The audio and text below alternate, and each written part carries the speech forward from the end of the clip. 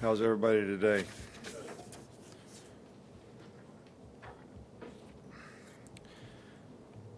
Spring practice is, something that you do to make progress so that you're ready for the season.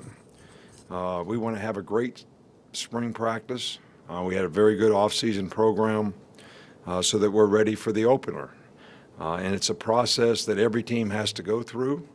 And I think it's something that you need to move forward in, not only in terms of learning your position, which is the technique, the fundamentals, what to do, how to do it, why it's important to do it that way, but also in things like effort, discipline to finish plays, mental toughness to be able to sustain and focus when things don't go right. All these things require every player taking ownership for how he makes progress to become a complete player in the spring. So, and then everybody has to assess, are you a liability, or are you an asset in this process for yourself and for your teammates? So you can't be casual in the way you approach spring practice. I don't care how good a player you are. I don't care what you've done in the past. I don't care how many games we've won. It doesn't really matter. All right, there's a standard that we need to do it to, and everybody needs to buy into that standard, because spring practice is like a project, man. It's like building a house. We're building a new team. It's got a beginning. There's a process of things that you have to do to build that. And then, spring practice will end, and then we'll have another phase when the summer comes. So where will you take yourself to become a complete player is what, I ask the players. What kind of effort, what kind of toughness, what kind of mental energy and intensity you're going to have, what kind of sense of urgency you're going to have to do it right now. And that's going to help you become a smart, intelligent player, which is going to help us be a better team. So that's really what we're focused on and what we're trying to do. Everybody made it back, today from spring break and practicing helmets and shorts again. Had a good practice, had more guys doing it right today than we had the practice before, so we made progress. We'll practice Wednesday and Friday of this week, and then not practice on Saturday because of Easter Sunday, so the players will have another opportunity to be with their family if they choose to do that. So basically that's where we're at. We'll start over here with the Aaron. We've seen Rashawn Evans inside linebacker. What have you seen from him lately, and what do you think his future holds? Well, he's done a really good job. We recruited him because he had such a fast twitch ability to rush on the edge, and he did a good job of that last year, and we'll still have every plan to use him at that. But we were looking to where can he develop to have an every down position the best. And, we do a lot of experimenting in the spring. We want to know who can do what, so we know how to put the pieces together in the fall. So we move guys around, we play them at different positions, and we'll do a lot of that. But I've been impressed with what he's been able to do so far. He is naturally instinctive at it, so it's just going to be a matter of him learning the position. And I think he's being a linebacker. That's not going to be something that's going to be overly difficult for him to do. Back to the left with Michael. You see some players on spring break to go to the beach, some players go and train, work out. How closely do you monitor that, and what do you take note of when you see some guys that are working out throughout the whole spring break?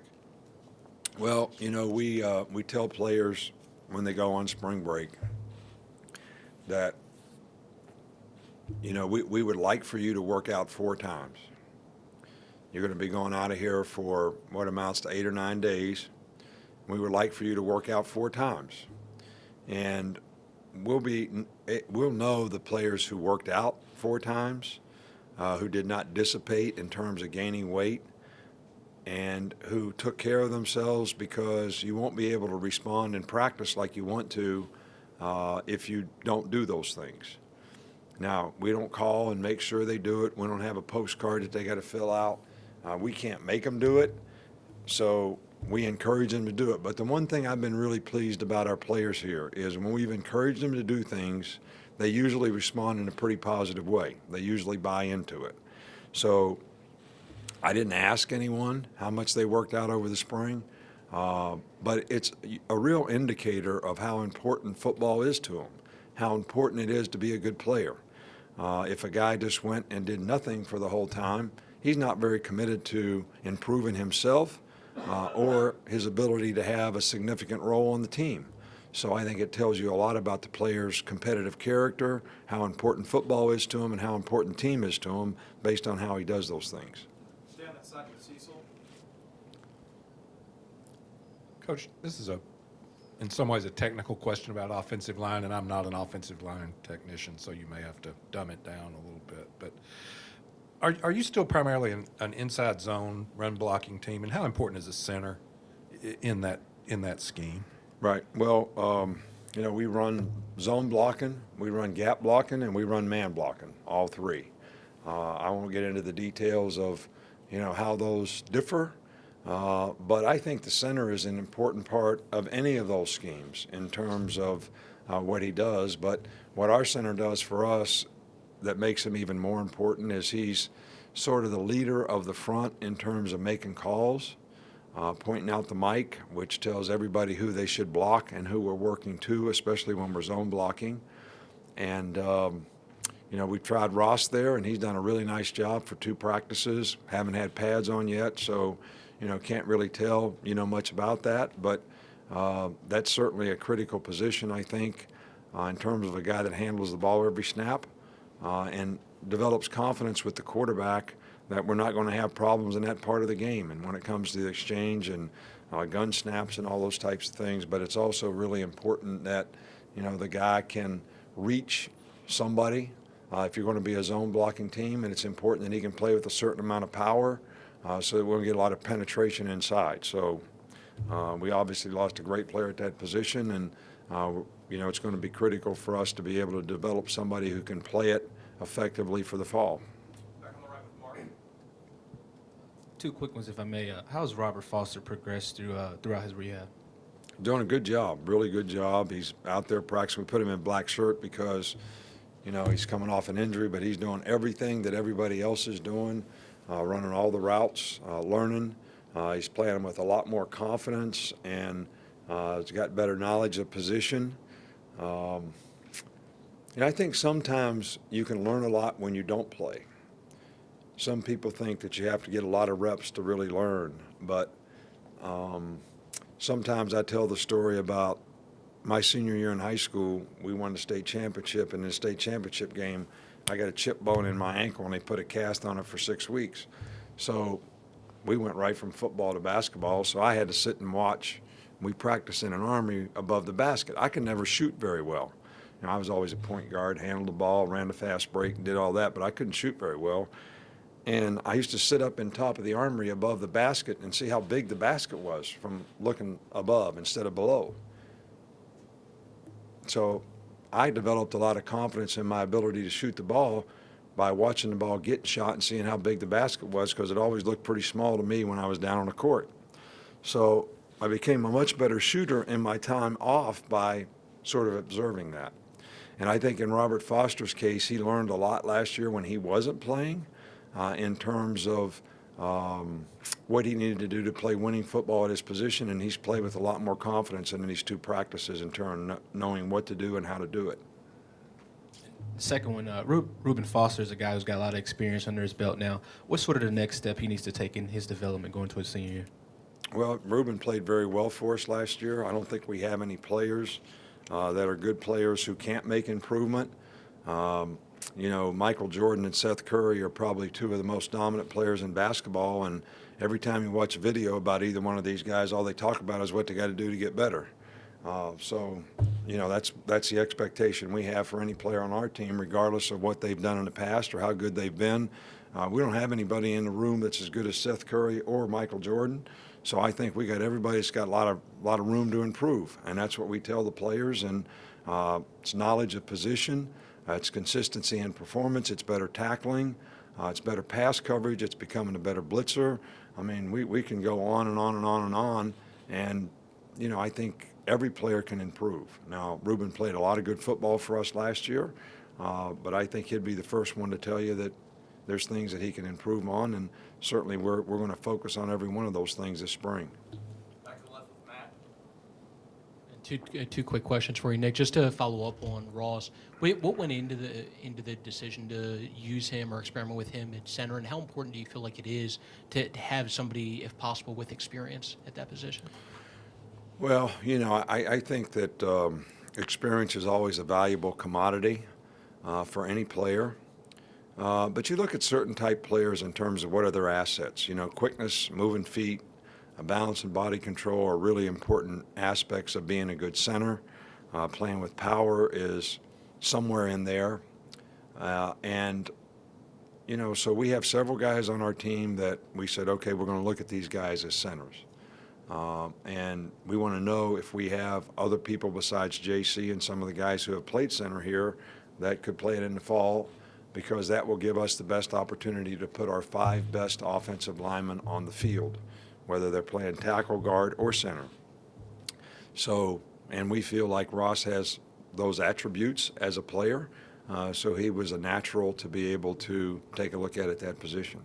And with Damien Harris, what do you feel like his biggest strengths are running back, and where did you want to see him improve coming off of last year? Well, I think, some young players are not really ready to maybe take the responsibility of the role that some guys have an opportunity to take when they're freshmen.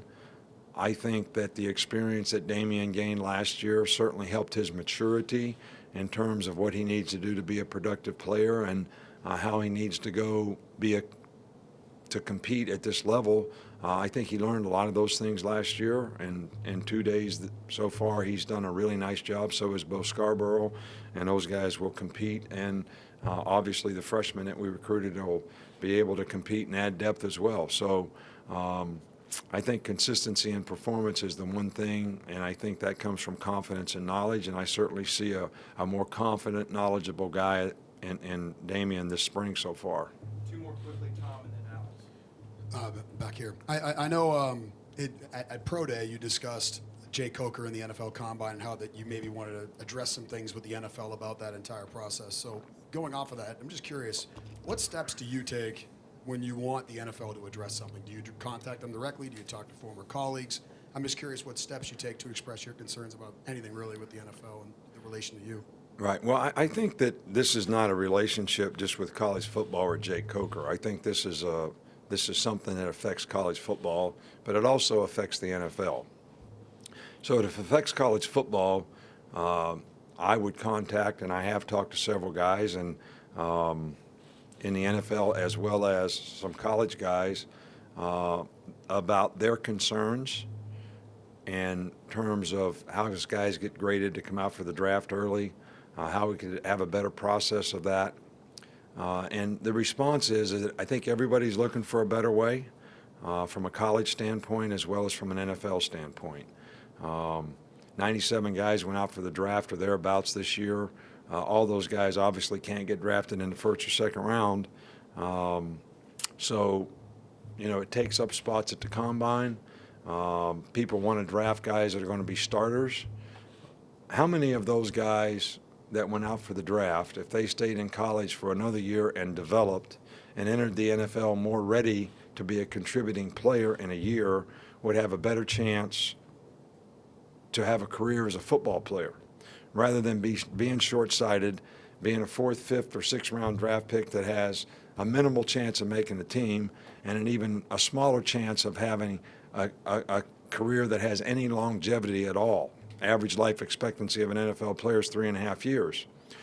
And you're stuck with the bad contract. You're going to play for close to minimum wage and get a marginal signing bonus at best. So, and guy could tell me, I'm going to get drafted in the 4th round. I'm going to show him I'm going to go play the Pro Bowl every year. I said, well, go ahead. You're going to have a 3 or 4 year contract and make no money. So Jaron Reed comes back to school. He's got a chance to be a 1st round trip. He's going to make a lot of money because he developed and became a better player. And I think that's what the NFL wants guys to do, because they struggle to develop players in their current system because they have no minor league. They have no place to send a player who doesn't make the team.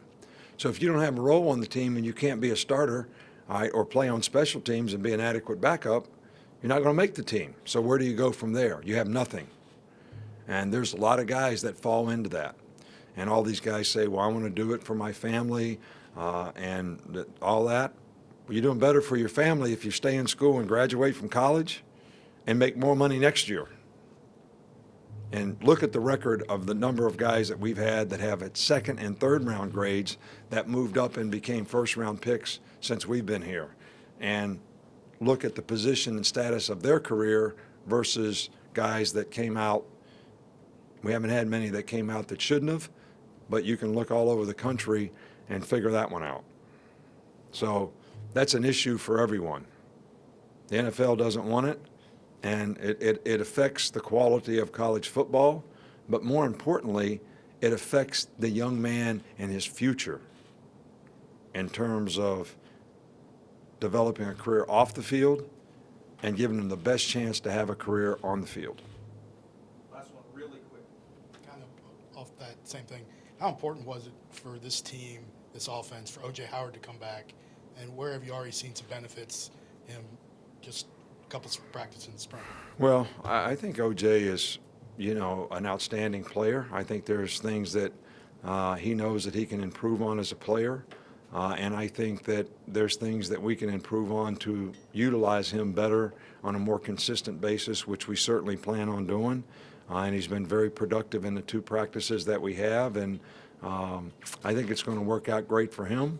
And I think it'll work out great for us that he made the decision that he made. So we're excited about it, and we're looking forward to him being someone who is very productive for us next year. Thanks, Coach. All right, thank you.